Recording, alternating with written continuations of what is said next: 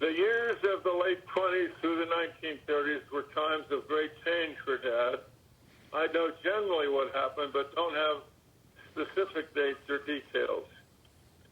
Here is how I would describe these years. During the early 30s, Dad came to teach at Blooming Glen Grammar School.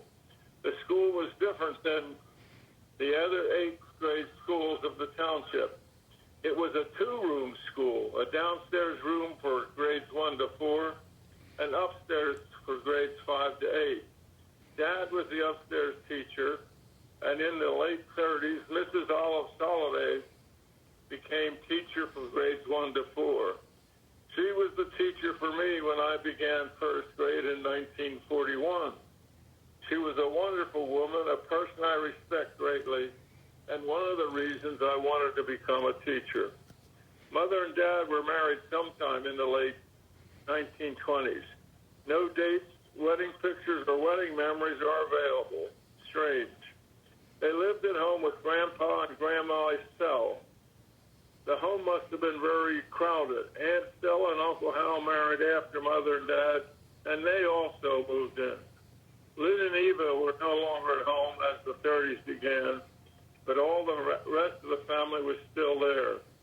This was the beginning of the Great Depression, and so the times were difficult. Charlotte was born in 1930, and one more person was added to the family number. It was at this time that Dad began to teach in Blooming Glen. Nelson, youngest of the Estelle children, finished high school in 1933.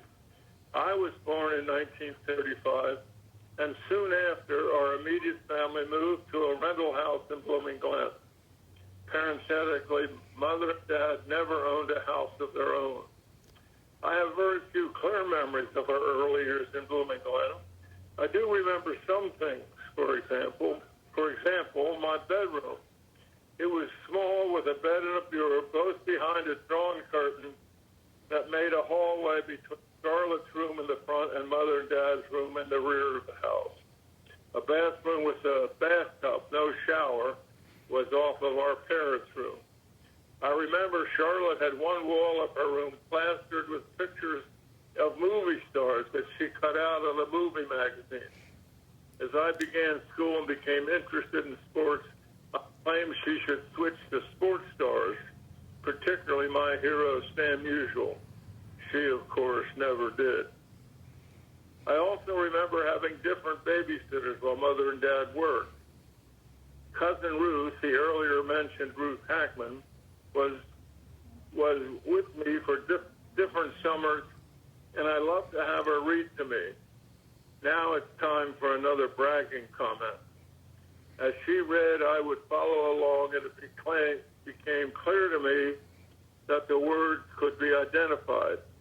Without intending it, she taught me how to read. I was 4 at the time, and one evening Dad was reading to me. It was a book about a little playful dinosaur. It was my favorite, and I told Dad I could read it. Quote, "Show me," he said. I read a page. "You must have that memorized from having it read so often. Here, try this." He got another book and opened it. I read the words. He looked at me a bit astonished. He tried another book, and I read it. I can still hear his call to Mother, who was in the kitchen. Quote, "Mother," he shouted, calling her mother as he most always did. He can read. Another memory comes with a specific year. I know the year because it happened during the Roosevelt-Wilkie presidential campaign in 1940.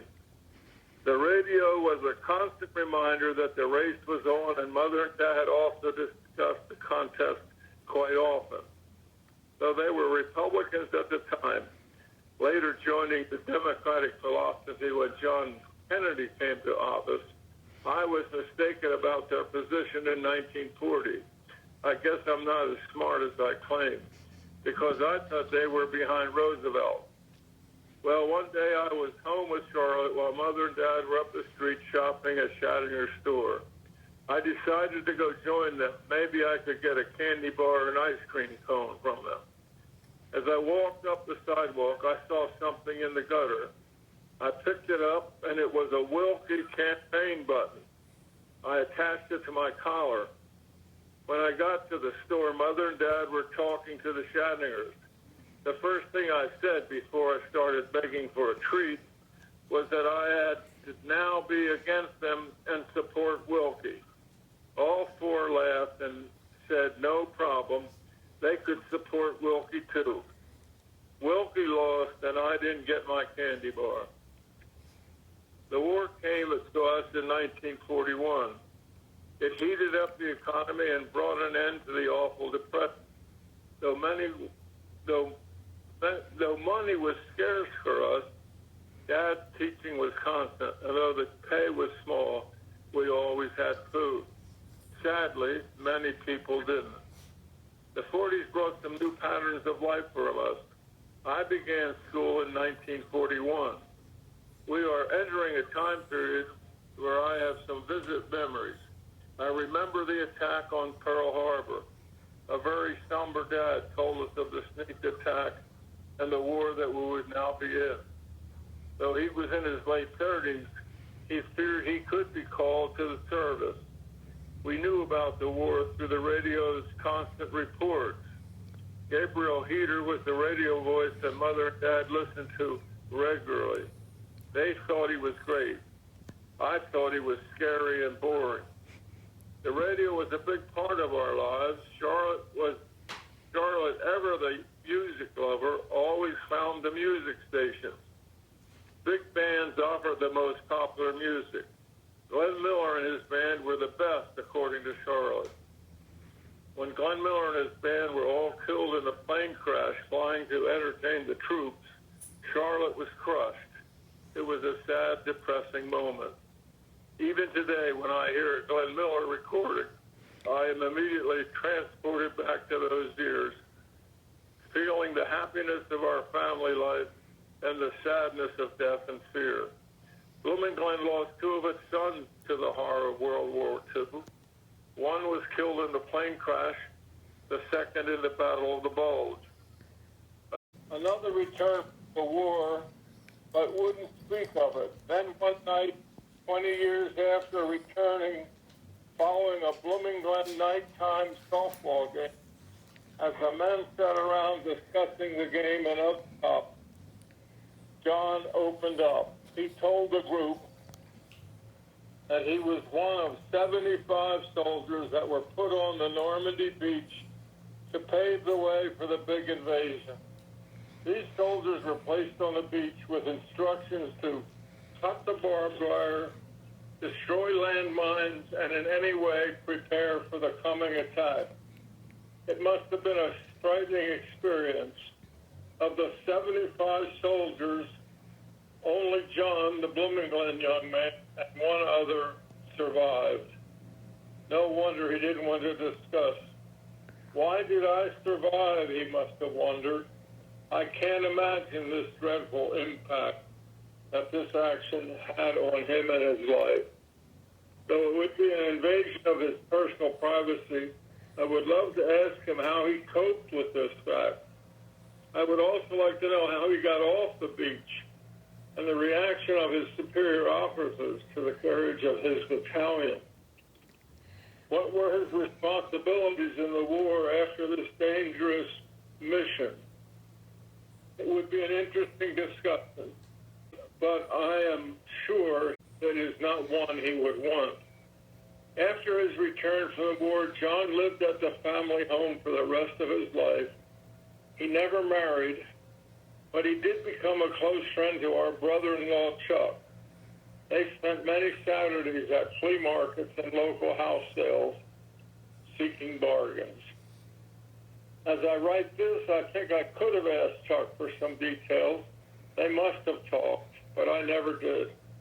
Undoubtedly, John, the Blooming Glen silent man, was truly a courageous hero.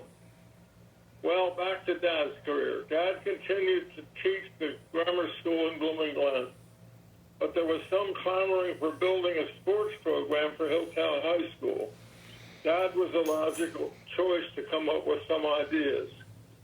His first idea was to use the community hall as a site for high school basketball. The community hall was a building with a large open room, probably 30 feet by 50 feet in size, with a stage at one end. Folding chairs could be placed in front of the stage, resulting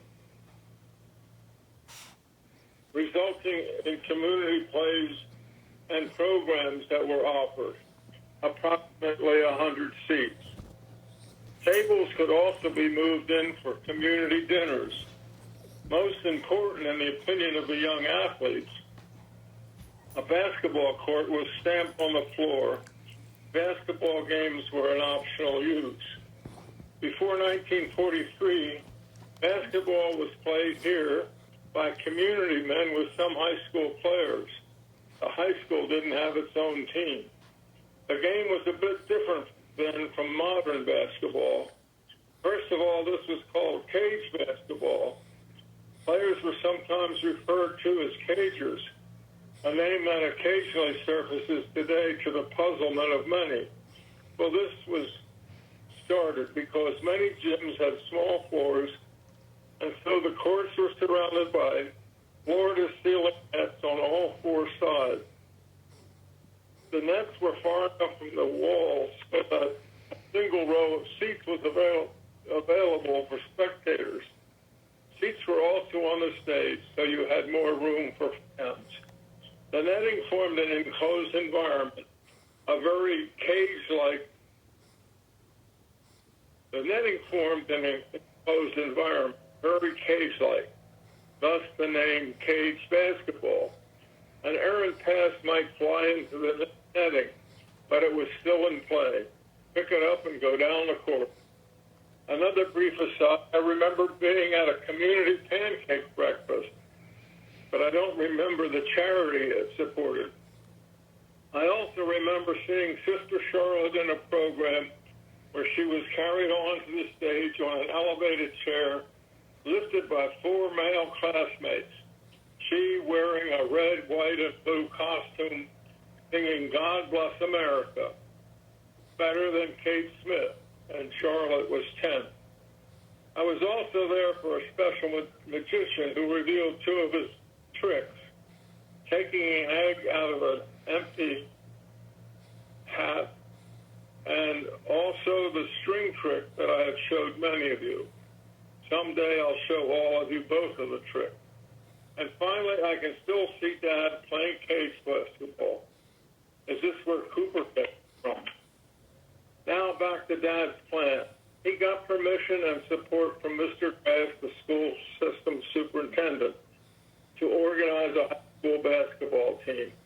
His idea was to meet the players at noontime at the community hall and also have after-school practice for those available. Many of the farm boys couldn't stay after school. They were needed at home to do the farm work. They needed a Grandpa and Grandma Yoder to work out a plan. The team ended up playing a few games in each of the first 2 years. The plan required cooperation from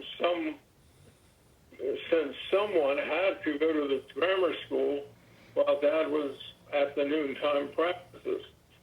Different teachers took turns, even some of the females, and even Mr. Grass, the superintendent, on occasion. I don't know how enthusiastic these supporters were, but my guess is that like so much of the actions in school and community, they did it with a smile. And of course, Dad became the baseball coach as well. Hilltown had a baseball team going back to the 1930s. However, one of the players, the captain of the team, still alive and well into his 90s, told me that their so-called coach, a male science teacher, got the team bats and balls at the beginning of the season and then disappeared, only to surface in the classroom. He never attended a practice or a game. The captain was in charge. But the farm boys could play baseball. The captain remembers winning seasons, but specific details are lacking. 1945 was a new day. World War II ended, and a delirious country was saw joyful changes. The economy boomed and good times unfolded. New cars, parenthetically, no U.S. cars were manufactured during the war. Television was on the way. Food rationing and gas rationing were over. So much success. But a complete historical analysis would have to remind all that racism and sexism still prevented multitudes from taking part in the good times. Other problems didn't disappear, but there can be no doubt that the times had changed. And times changed for Poppy Yoder as well. In 1945, he was brought into the high school, named history teacher, and assigned more details for the athletic program of the school. He was more than a coach. He had to develop a schedule, hire officials for the contests, help get the female athletic programs underway, find practice sites, and even line the baseball field. Later, he would lead the community men in building a gym that first served as a practice site. The community hall had been converted to an agricultural center, so there was no longer room for basketball, no room between the farm implements or tractors that were being repaired by the Hilltown Ag students. In truth, Dad was an athletic director, a coach, a trainer, a janitor, the grounds crew, a builder. You name it, he did it. And I should mention the star of the team when he began his high school days was a young man named Chuck Strauss, who would one day become his son-in-law. I was in fifth grade at this time, and all of us kids were rooting, yelling fans of our high school team. And Chuck was my favorite player. We all yearned for the day when we would be the heroes of the kids. Chuck was not big, probably 5'8", but he had broad shoulders and strong arms. His smooth left-handed swing drove many balls into the woods in right field. One tall tree in right center lost many of its limbs to smashes off of Chuck's bat. By 1948, my dad was able to start a soccer team, too. He also convinced the school board to have Hilltown enter a formal high school league, the Tri-County League. Hilltown men's basketball, baseball, and soccer teams all competed against schools in a formal and organized way. The female team also joined the league for basketball and softball. Dad had made great progress. Winning teams, enthusiastic athletes, and loyal fans were now the norm for Hilltown High. Only a decade before, Hilltown had one sport and a coach who never showed up. Now let me back up and tell you some other actions on the part of Dad's personal history after he graduated from Millersville. Teachers have long summer months employed in positions that are not related to their education. Dad was no exception to this rule. Though he had left the family business to earn his teaching degree, but he once told me he sold his share of the business for $2,000. He did return summer to work in the quarry from the late 20s until 1947.